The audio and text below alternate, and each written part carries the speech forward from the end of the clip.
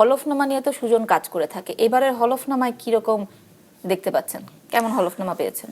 এখন আমরা সুজনেই বস্তুত যে এই হলফনামা দেওয়ার বিধানটা আসে একটা আদালতের রায় থেকে, হাইকোর্টের রায় থেকে। হাইকোর্টের রায়টা দিয়েছিলেন বিচারপতি আব্দুল মতিন। তিনি জ্যেষ্ঠ বিচারপতি ছিলেন হাইকোর্টের, কিন্তু তাকে ডিঙ্গিয়ে কারুলককে প্রধান বিচারপতি করা হয়। এনিওয়ে, এই বিচারপতি আব্দুল মতিন এখন আমাদের সুজনের ভারপ্রাপ্ত সভাপতি, আমাদের সভাপতি সম্প্রতি ওই যে ইন্তেকাল করেছেন। তো এখন তো এই এবং সুজনেই এগুলো এই এই হলফনামাগুলোর তথ্য জনগণের কাছে পৌঁছে দেওয়ার চেষ্টা করে আসছে 2008 সাল থেকে।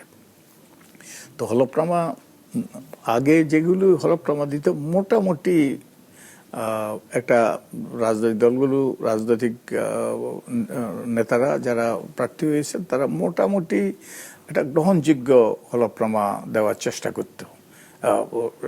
তথ্য গোপন ছিল, কিন্তু এমন গোপন ছিল না, এমন তথ্য এমন গোপন ছিল না যে যেটা ওই যে ভয়াবহ। যেমন এবার এমনকি ঋণ খেলাপিরা তাদের ঋণ খেলাপি এই বিষয়টাও গোপন করেছে, এবং একজনের অন্তত মনোনয়নপত্র বাতিল হয়েছে এই জন্য।